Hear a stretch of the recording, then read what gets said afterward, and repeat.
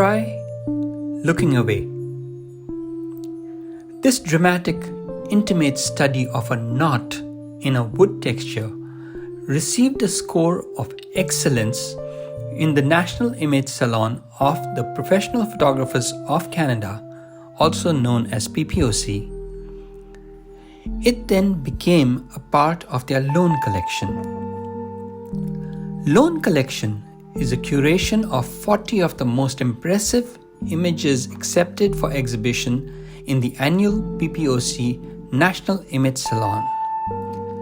Jarron Childs explains how he achieved this image.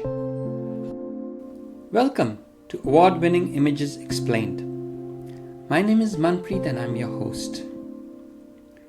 Meet Jarron Childs, a passionate photographer hailing from the north, with a deep appreciation for small towns, close-knit communities, and a fierce independence nurtured in that region.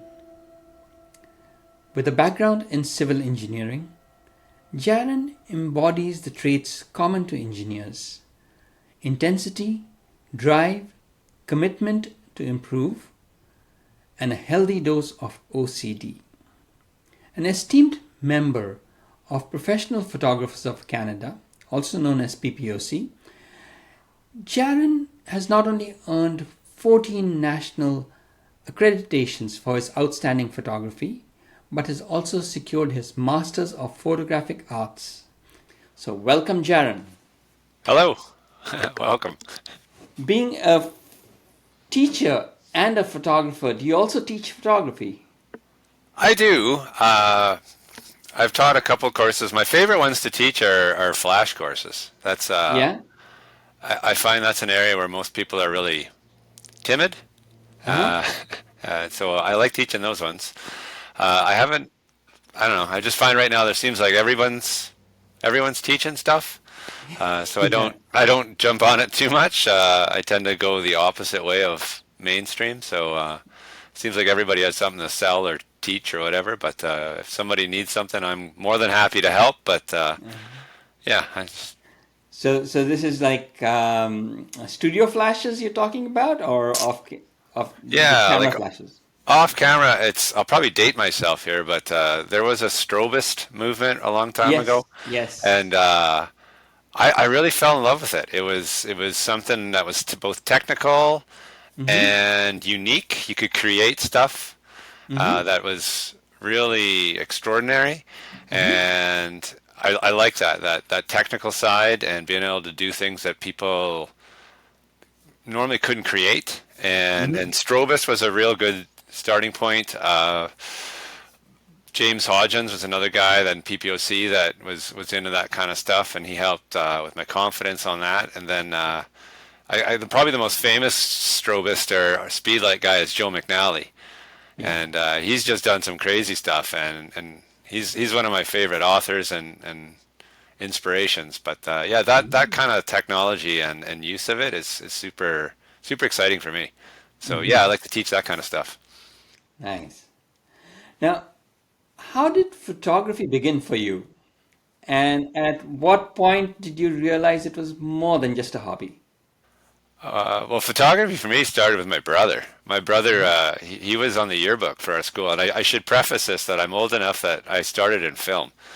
So, and that's really important distinction because people who have never shot film, there's little elements that are maybe missing from their repertoire, and we'll maybe highlight that later. But he started with the yearbook at his school, and then being a little brother, I had to be nosy and try his camera. And then he continued on in a university shooting for the newspaper there, and I kept being the nosy little brother. And then eventually I got my own camera, Mm-hmm. and yeah, it just sort of took off. It was fun. It was something to do. Uh, a bit of a creative outlet. I wasn't much of a musician. Mm-hmm. Not a bad artist, but not mostly.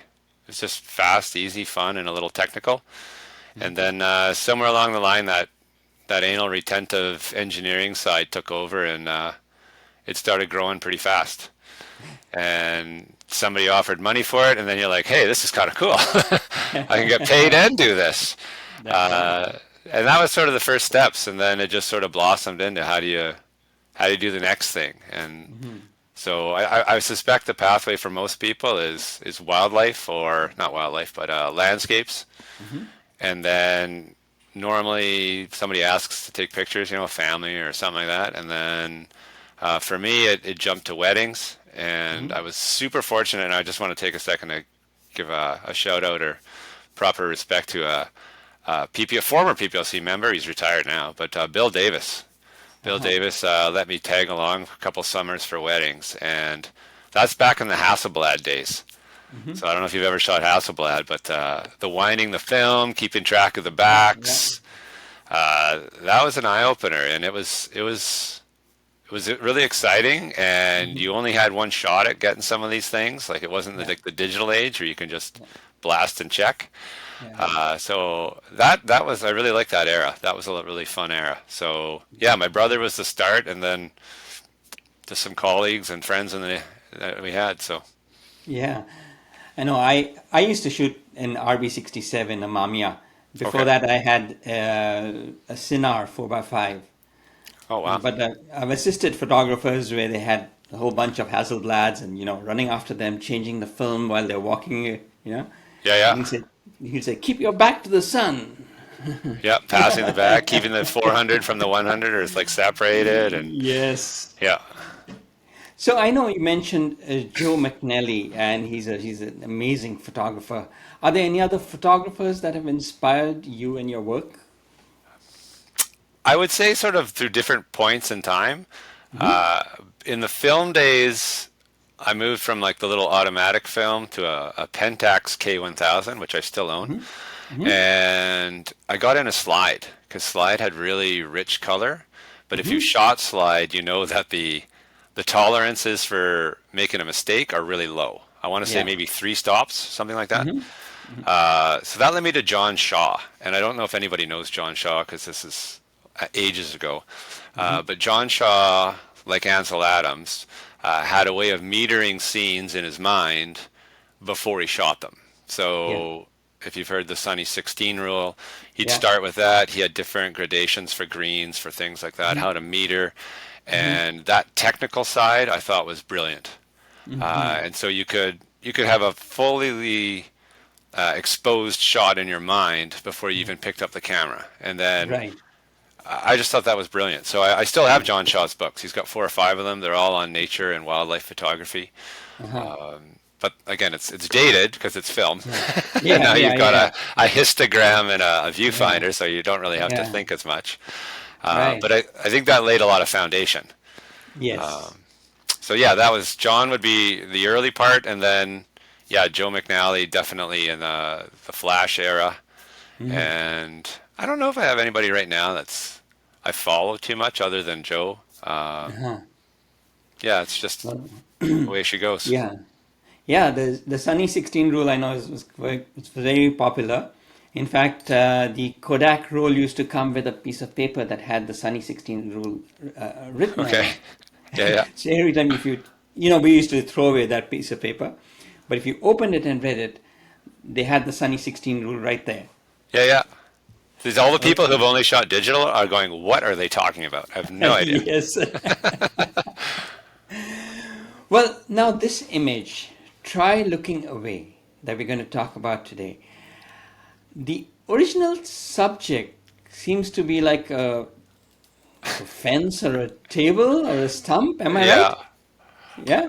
Well, when you asked to do this, I laughed immediately because I thought the story behind this image is probably really lame compared to some of the other things that have been on your show. But as I reflected on it, and maybe no one will care, but like for me, the personal reflection on it was super fun because the image is a result of 30 years. Hmm.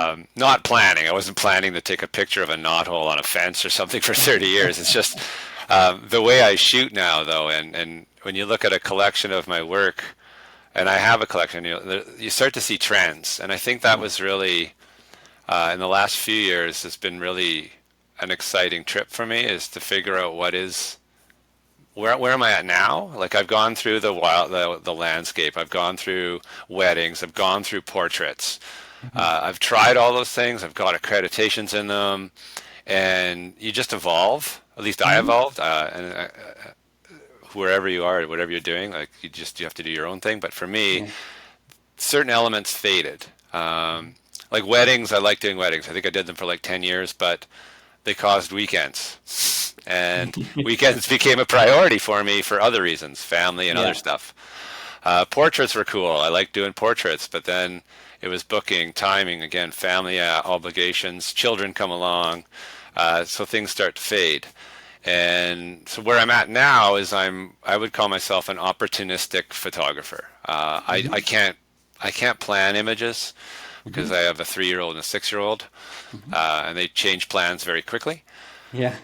So this particular image, I was going to lie and tell you a story. I was scoping out fences and things for months, but I just take a leave from work to stay home with my kids, and one of the things we did was a 30-day challenge. So in the fall, I said I'm going to take my camera and my son, and we're going to go out for a hike and for 30 days straight, and we'll just for a challenge. And this happened to be one of the images.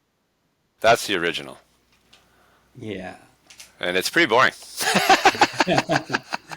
Well, Yeah, it's pretty boring. It's pretty flat. mm-hmm. Where I've gotten to now with my photography, and again, this is through exploration, through some reflection. Uh, I do have a skill, I guess you'd call it. I don't know. I have a tendency towards seeing texture, seeing images within images, Mm-hmm. seeing things that I know in post I can bring out.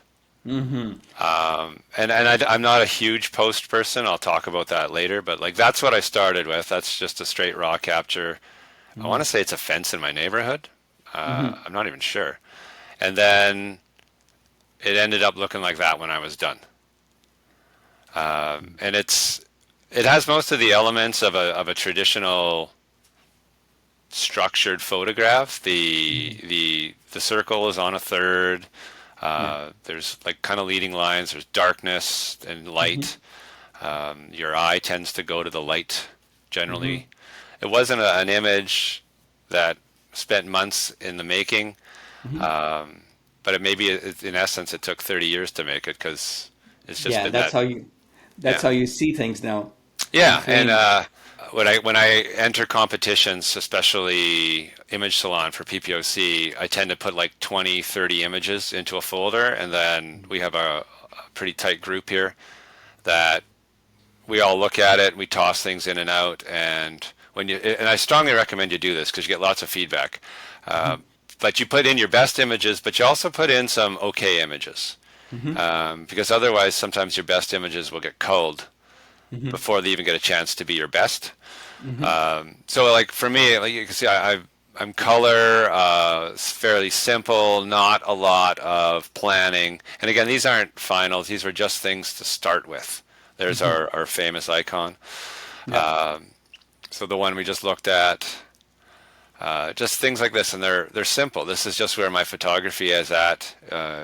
Again, opportunistic. I'm out with my family. Maybe I'm doing a job and I can turn around and snap something else. Mm-hmm. And that's just the way it is. So I know lots of people can plan images, get up for sunrises, sunsets, etc. That's not me. Well, you see images, or what we would call is intimate landscapes. I think you Oh, see intimate landscapes everywhere. yeah, and that might be a good play on words.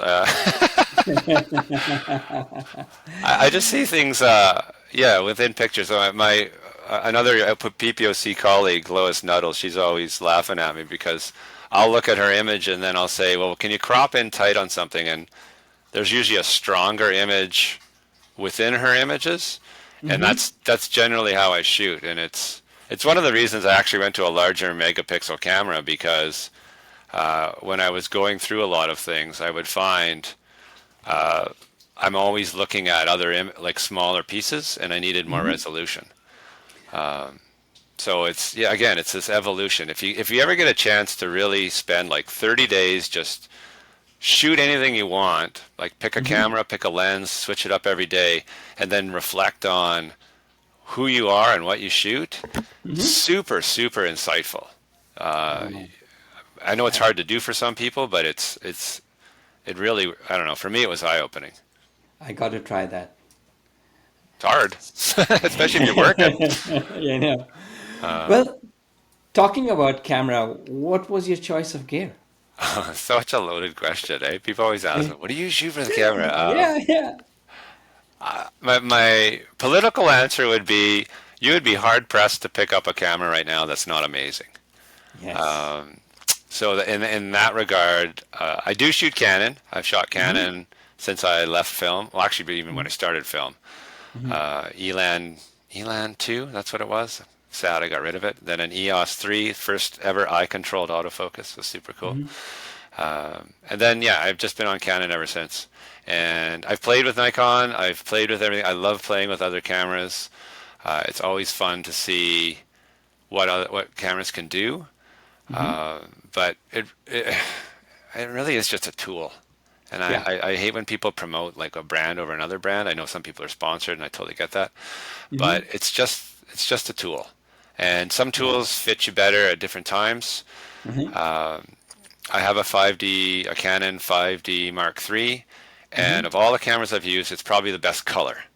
Yeah. Like just straight out of camera, it's amazing color, and so Mm-hmm. I can't get rid of it, because it does everything. It does everything well. It doesn't do it great, but it does it well, Yeah. and it's so rock solid. Yeah. Most of my stuff now is a Canon R5 mirrorless, Mm-hmm. Mm-hmm. and I really did a lot of testing and work before I bought one.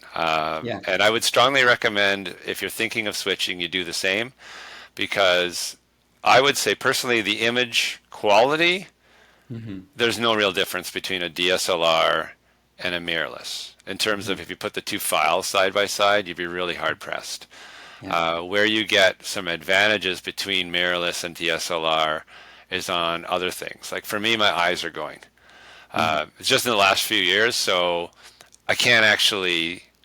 I have to hold my DSLR like way out here now to see my image, Yeah. and that's awkward when it's sunny. Yeah. But on my mirrorless, I have it set up that I hit the play button and it shows up in the viewfinder. Right. So I never take the camera away from my eye, Yeah. and I can still preview and chip my images pretty fast. So Right. that's a huge benefit for me. Mm-hmm. The other one is I take a lot of photos of my kids, Mm-hmm. and the face tracking is Yeah. spectacular. So Yeah. if you're shooting with an open aperture like a 1.2 or a 1.8, Yeah. if you've ever missed focus on those, you know how Yeah. embarrassing that is. Like the end of the nose is sharp, but the eyes are blurry.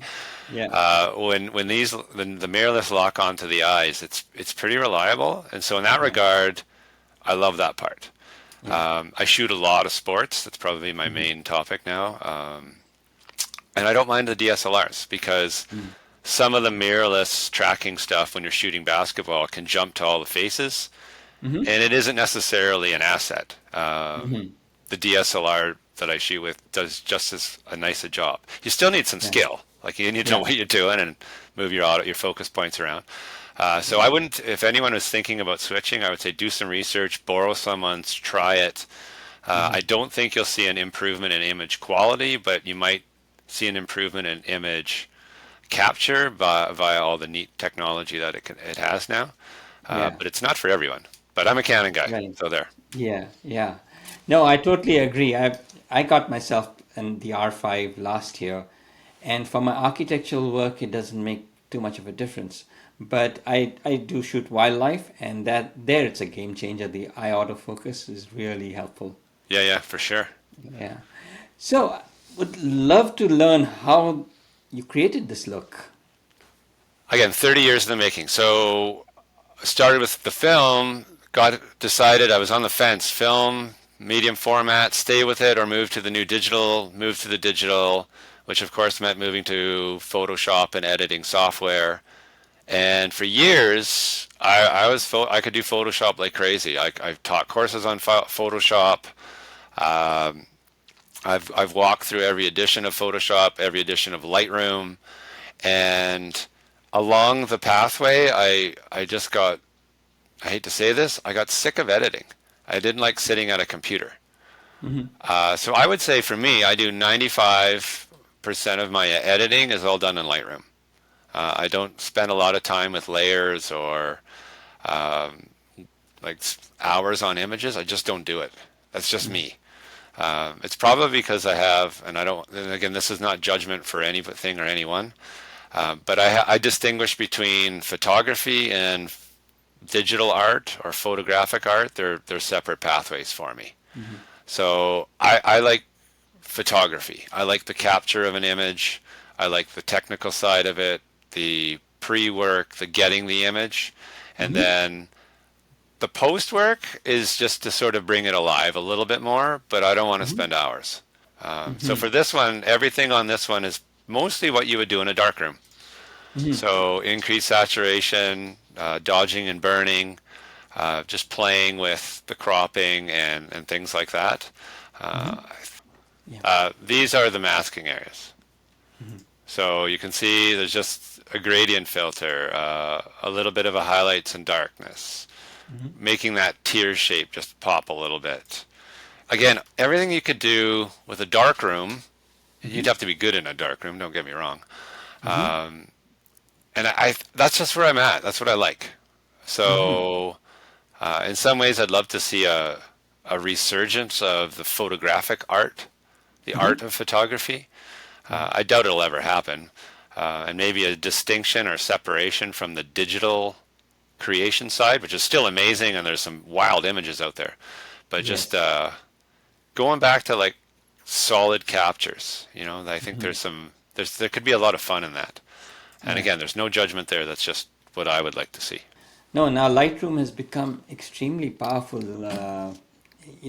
for unless you're retouching cloning and things like that, you don't even need to go to Photoshop. Yeah, yeah, yeah. I think your final image was much darker than this, and you highlighted the knot. It almost looks like an eye there, in your final image. Yeah, we go through a long naming process. This Yeah. is what I exported. There's always a last minute sort of photo touch up when I'm naming them, Yeah.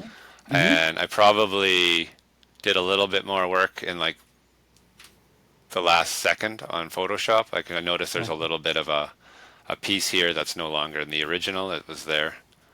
Uh-huh. So yeah, So, it's that so you know what, the funny story of this is I almost didn't enter it. When it went to my colleagues and we were reviewing images, I had six. I had mm-hmm. six images and I could only enter five, and this one was on Mm-hmm. the chopping block, Oh, which well, you never know. you never know, right? That's and maybe I should admit that. I wanted to try something else, but Tell me, Jarron, these colors that you have brought out, were they originally there? Did you add some color? I didn't add anything. It's just a matter of playing with sliders until things popped up. Mm-hmm. Like I said, I am pretty technical. I've been doing the Mm-hmm. technical side for a long time, Mm-hmm. but a lot of people don't play like HSL, those Mm-hmm. areas, the hue, Uh-huh. saturation, luminance. Like, again, you don't. The nice thing about Lightroom is you don't really have to be super computer savvy.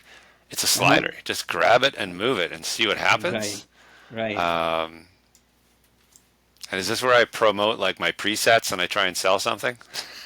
Just kidding. Just kidding. I have no presets. I don't have anything. I have a preset for importing that just changes a few little things in my raw files, but Right. yeah. Tell me about how you learnt all this. I know you say in your bio that you don't have any formal education, but you have learned quite a bit in photography. What are some of the key things that helped you learn that? Lots of reading. Mm-hmm. When people used to read books, remember those things? Right, Books? Now right. it's all online and videos. Yes. Uh, I would say if you want to get better at photography and you want to do it thoroughly, start a log. And I know that's Mm-hmm. really boring because I know metadata is collected when you take your images. But when this is reminiscent of a film era, Mm-hmm. if you shot 36 frames, nothing was recorded. So when you're exploring and learning, you'd write down, what's your ISO, your shutter, your aperture, Mm-hmm. what was the goal of the image, and then when Mm-hmm. you get your film back, you could actually have to look at them and say, okay, what happened? What was the difference between f2.8 and f8? Is it strong enough for a portrait to shoot at 2.8? Like, Mm-hmm. and the log is. If I do teach a photography class or when I have taught it, I always make people do a log. Mm-hmm. And it just slows people down from blasting a million images Yeah. to why am I setting this? Why am I putting Mm-hmm. this on a 30th of a second instead Mm-hmm. of a 250th? And there's so much that can be learned from that, and that you get control of your camera versus putting it on P and hoping, right? Mm-hmm. Which is what a lot of people do. And granted, they'll do an amazing job. Like the cameras Yeah. nowadays are so smart. Mm-hmm. And I think that's one of the things you miss with an iPhone or an Android. There's Yeah. there's no control. You can do amazing composition, you Yeah. can video cool things, but you don't really truly understand how you're controlling depth of field, of focus, of image compression, like those Mm-hmm. types of things. You don't get it. So I would say start a log, and then shoot with purpose. So try things, test, and more test. My goodness. Uh, so I've shot tons of test shots, just learning gear, learning what things can do, Mm-hmm. not being afraid to try an ISO 8000, Mm-hmm. see what happens. Right. Maybe not on a paid job that you need to be critical, but those types of things, and then read, Mm-hmm. go to tutorials. If you can afford to take a course. Mm-hmm. I took a course with Hanson Fong, which was really cool. I don't know if you know that name, Hanson Fong. No. He's out of San Francisco. He was a Mm-hmm. Canon ambassador for years, but he has this whole flow posing thing that he had, and he was super Oh. fun to sit around and work with. But Mm-hmm. we went outside to shoot, and I don't know. You've probably heard the term natural light photographers. Yeah. People call themselves that. Um, this guy Hanson was a master of. Yeah. He took us out and he showed us how he could spot where the best spot to put a person is, knowing how the shadow fell. Like it wasn't guesswork. You Mm. watched him go and you're like, this guy knows exactly what he's doing. Yeah. And when you aspire to be like that, you can't help but learn more. Um, Right. so yeah. Yeah. Yeah. There was another photographer who did flow posing. Doug Gordon, I think his name is. Uh, but yeah, that was very useful in weddings. I did weddings for a little bit as well. hmm So, are you still teaching, or do you take one-on-one courses with students? Well, I'm a high school teacher by trade, Mm-hmm. so that's another impact to the photography career because I mean it's really helpful for being able to teach people photography, but it's one of those things that I do have to go to work from 9 to 4 every day, and I don't get to practice my craft of photography as often. So Mm-hmm. it's a pro and a con. There's a nice stable salary, which is awesome, Yeah. but I'm also away from my camera for a longer period of time. But Yeah. yeah, I like teaching groups, teaching individually. Um, it's evolved a bit. I like more conversations now when we get out and actually shoot Mm-hmm. and then look at some images and reflect and talk about how it was made. Mm-hmm. But it's tough right now. There's so much education online that's free. Yes. Yes. Uh, so yeah, I feel bad for people who have to make their living via that because Mm-hmm. it's hard. There's Yes. a lot of free resources out there. So So 9 to 5, what do you teach? I'm math physics. So Ah, that's the engineering anal retentive side. So that yes. that part of my brain that likes the organization, the lines, the technology, that part, photography Mm-hmm. really supports that. And then Yes. there's the other part of my brain that's it's still artistic and likes those things, and it's come out over time. I would say my photography journey started at scientific, but it's over time it's evolved, and the art piece is catching up. I'm still not really wildly out there, not abstract or anything, but it's been a nice compliment. So Yeah, excellent. So, where can our viewers see more of your work or follow you? I have a website, superiorimages.ca, and that's not an arrogant Superior Images. I live on Lake Superior, so Superior Images. It's a little dated. I'll be the first to admit I'm a little bit behind on my website and my Facebook stuff. It's just not my favorite place to go. I need to be better at that. But yeah, if you want to check it out, if there's questions, things you want to talk about, fire away. I'll definitely put the links in the show notes as well. Okay. Well, thank you so much, Jarron. It's been so awesome getting to know you, see some of your work, and hopefully looking forward to meeting you someday Yeah, hopefully. at maybe a conference or something. Yeah, my kids are almost old enough that I can escape for a week or weekend. So yeah, I used to go to them all the time. It just life changes, and where photography was in the top 3, it might be in the top 6 now. So it's just got to rearrange and prioritize, but that's okay. So sorry, the story of the image may not have been the actual image was overwhelming, but hopefully you can see that some images take a lot longer. Maybe you don't always appreciate how long they take to make, but something can be a journey. So Yeah.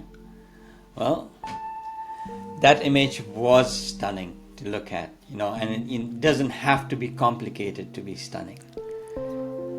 So, and a fun name. anyway, Don't forget that sometimes a fun name is yes, helps out a big time.